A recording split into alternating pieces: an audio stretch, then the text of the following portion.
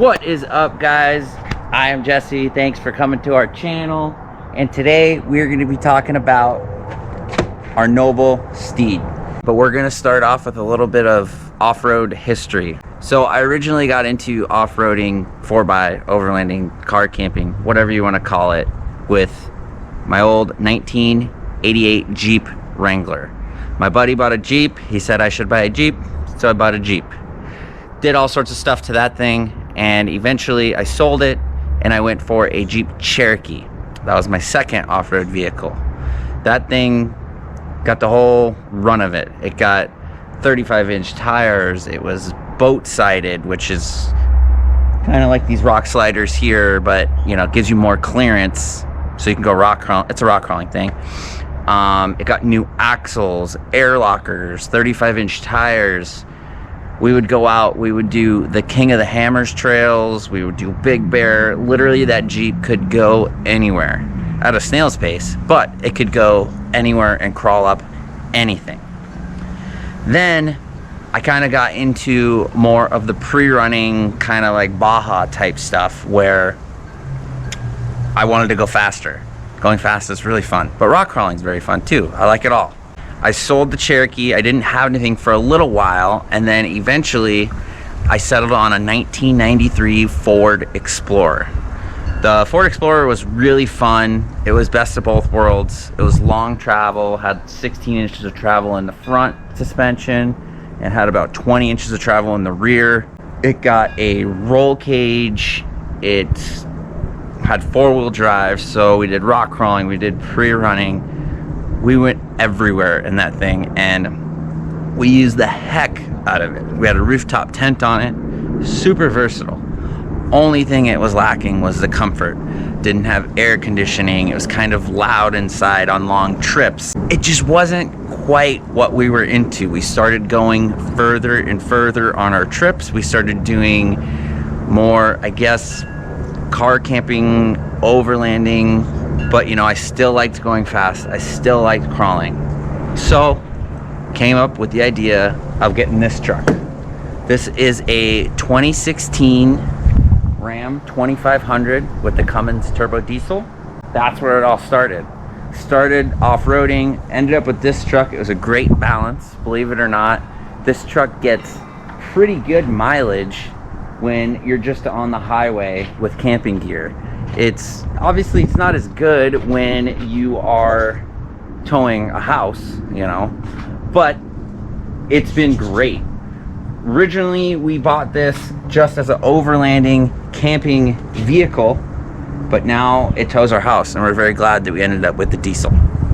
All right, so a lot of people have asked me, you know, when I first started, I went for a Cummins turbo diesel instead of a Power Wagon, and you know what, to be honest, here was my take on it. I think a Power Wagon is a great truck. They have a lot to offer, turnkey, right out of the box.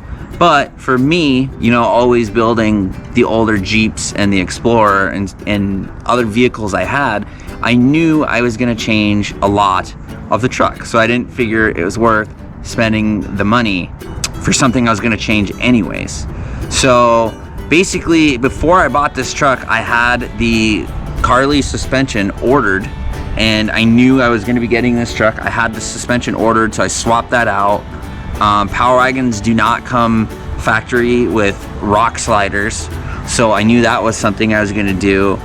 And to be honest, after coming from, you know, the extreme four-wheel drive world, I kind of knew that a truck this big, lockers are extremely nice, but 95% of people probably are not using them.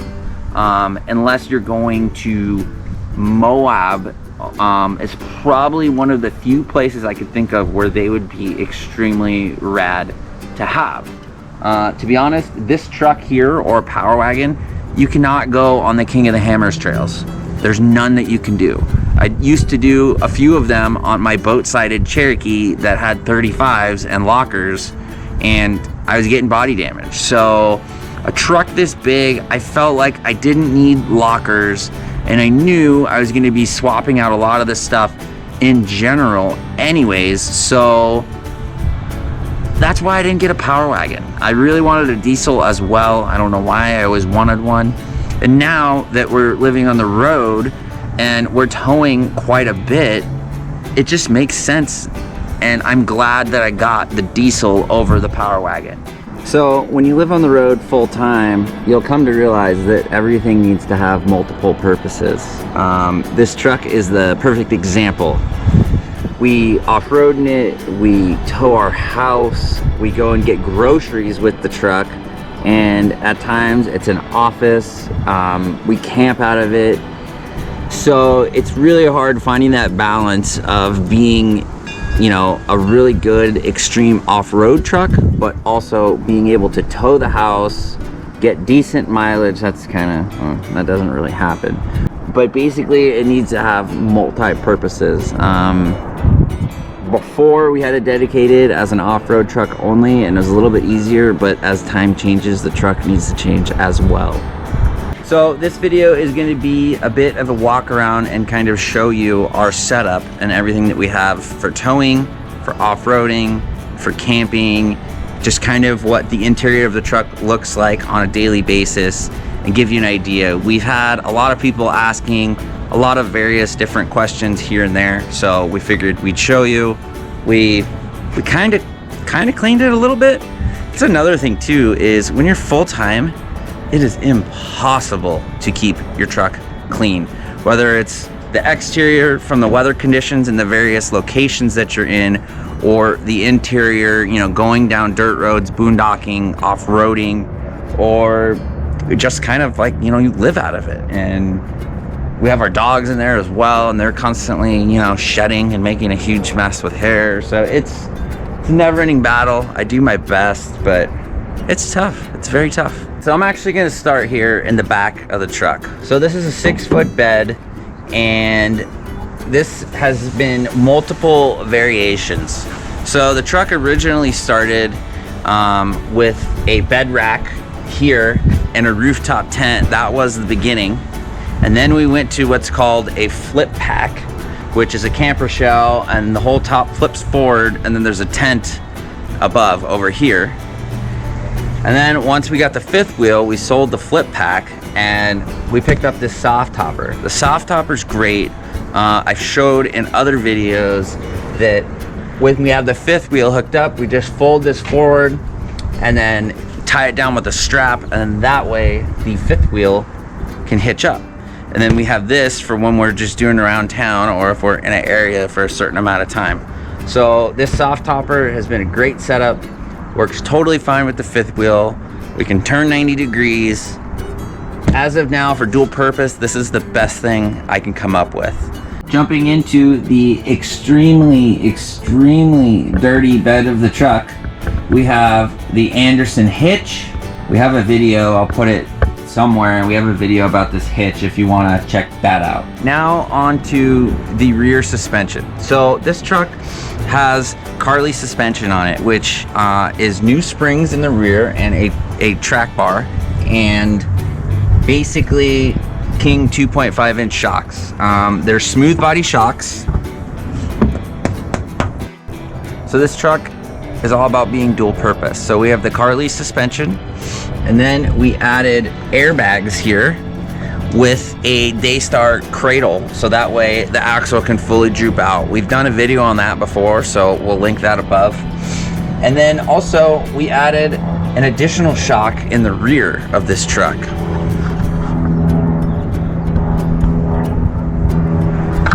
So these rear shocks here are not factory location. So the sway bar used to run right here, and it would run across and run around the back side of the axle. We ended up removing the sway bar because, to be honest, when you off-road, you don't really need it in the rear of a truck. So we removed it, and then one day I was talking to my buddy, and we're like, pretty sure we could get some 2.5-inch shocks to fit in there. So we did, and we ended up going with bypass shocks, which are great for off-roading. So that's like a whole other story. We also have a shock valving video that we did recently. If you want to check that out, we could check that out.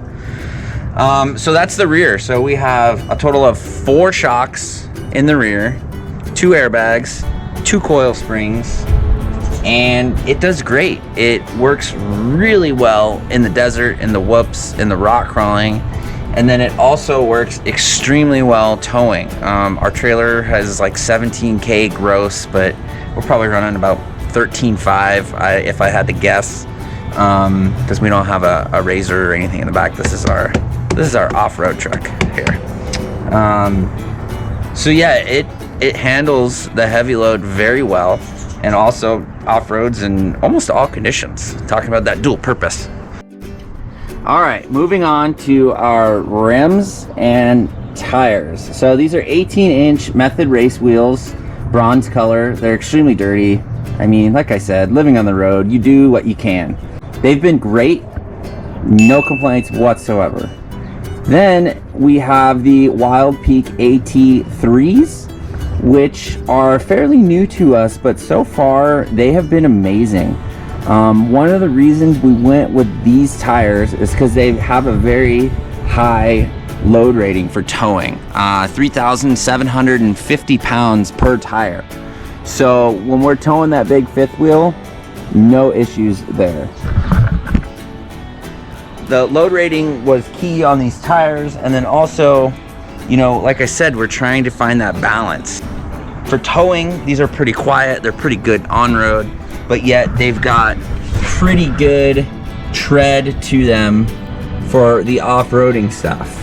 So these tires are great for dual purpose. We went with 35s just because they're slightly larger than stock, but yet they're not huge to where it hurts our towing performance. It's all about that compromise. I would love 37s. They're way better off-road. They look better in the wheel wells. They fill them out a little bit more. And these Rams fit 37s, no problem. But for towing, for power, I mean, we're towing a really heavy load on a consistent basis. So that's also why we went with an all-terrain. We didn't want something that was too aggressive, considering we're towing so often. So these have been great. I highly recommend them. These are the Falcon Wild Peak AT3s. So good on the tires, good on the rims, rear suspension. We went ahead and attached our air chucks into our rock rails. So these are not your typical running boards that come on a factory pickup. These are designed to push you off the rocks. As you can tell, they're dented, they're scratched. We have a little grip tape right there, so when you're getting into the vehicle, these things have been absolutely amazing. They're made by a local shop here in town. I'll put the link in the description. And it's mandatory. When you're off-roading, you need to protect the doors here. You know, we've had rocks hit, all sorts of stuff, so it's very important to protect your doors, so those are always open. And then as well, they serve as a nice step, and they're extremely stout. Melissa knows all about how stout they are. So I'm under here to show you where our dual compressors are mounted. Basically, we made a bracket here, and we mounted them inside the rear driver's side wheel well. We have one here, and they're all plumbed, and some electrical tape, and they are all plumbed to those air chucks, and it's great having the onboard air setup. Here on the front, very similar to the rear in a sense, coil springs front and rear on this truck. These are Carly suspension coils. Basically a level here in the front, it levels the front up, and then the rear I believe got 1 inch of lift. And then we have our King 2.5-inch pin top shock, which works very well. We recently did some revalving, and we can put that in the description as well. Checking out the front bumper, it's just a factory chrome bumper. We've had some run-in, and these are not from the mall parking lot. These are from rocks out on the trail, and it actually, you know, screwed up our gap here. So this is something we might be looking into replacing in the future with a more high clearance off-road bumper. But for the time being, it works. We have some amber dualies here. I believe these are rigid with rigid brackets for mounting in the factory location. And then if you come over to the front, same thing. We just have a, to be honest, it's just like a little cheap knockoff light bar, but it works good. We use it a lot at nighttime when you're trying to find a boondocking spot, or if you're, you know, off-roading or whatever. A lot of purposes. This is not just for off-roading. It works quite well. All right, so right here on the inside of the dash, we mounted a little switch panel. We have our air compressor, our rock lights, which is actually those little amber dualies up front, the light bar, and then we have a dust light switch, but I never put a dust light on, so we don't have one yet. Then we have the Tigo Nashia brake controller for the trailer brakes on the trailer. This is a must-have if you're towing a heavy trailer, and it works great. I have no complaints with that. It's been a great product. What is the function of this? The function of a brake controller is basically when you hit the brakes in your truck, it triggers, I don't know, something inside of here. Is it like a little ball that rolls back and forth or something? Sure. There's a couple different kinds. I think this is an inertia type of brake controller. So when it feels the truck braking, basically it engages the brakes on the trailer. You can adjust how much brake pressure you want applied to the trailer brakes, and that's very convenient. It's on the fly. You can go up or down here, and then you have a manual pull underneath as well, where you can just pull that and it'll lock up the brakes on the trailer. So this is mandatory, and it's been great. It's plug and play. The RAM came with the plugs. You basically plug it in, put a couple of screws into the dash, and you're good to go. Set what you like. When we had our Cougar, it was set lower because it was quite a bit lighter of a trailer, and then now we had to crank it up quite a bit, but it's great. All right, so this is a 2016 Ram with the Cummins we mentioned before, and we actually we flew to Idaho to buy this truck. We searched and searched, and there's a few things. Everything in California is extremely expensive, first off, and secondly, we could not for the life of us find a truck that had a manual four-wheel drive lever. I just like this. I feel like, you know, it firmly engages and you know it's in, rather than, you know, this is just the AC remote, but you know, you turn your four-wheel drive and then you go like this and you're like, is it locking? Is it locking? So this to me is just more firm. You know it's locked. Love this. And then it also gave us the 6th seat. Not that we've used it maybe once or twice, I think, but it's nice to have. It's a big center console, and we have 6 seats if we absolutely need it. A bunch of cup holders down here. And the only other aftermarket thing that we have inside the cab of the truck is our radio. It's a VHF off-road race radio, and it's great. The frequencies, the range is just stellar. It works really well. It's a Kenwood. Me and multiple friends have had the same radio for forever. I had the same one in my Explorer, and it works great. Communication is key, especially when you're off-roading. Everyone used to use CBs, but that's kind of going away now just because the frequency range is so much better with these. So, mandatory for off-roading. All right, so that's kind of a quick walk around of our truck. We have the whole living on the road with our RV, and we need to tow. It needs to be livable, it needs to be streetable, but then on the other hand, we're trying to off-road with it, camp with it, go fast in the desert. So it's tough. We're trying to meet that balance, and so far the truck has been great. Eventually, I'd like to do some upgrades as far as like suspension, maybe bigger tires, maybe some bumpers, stuff like that. But for the time being, it's great, and it does everything that we ask of it. Don't forget to subscribe, like, and if you have a question about the truck, let us know in the comments. Other than that, thanks for watching.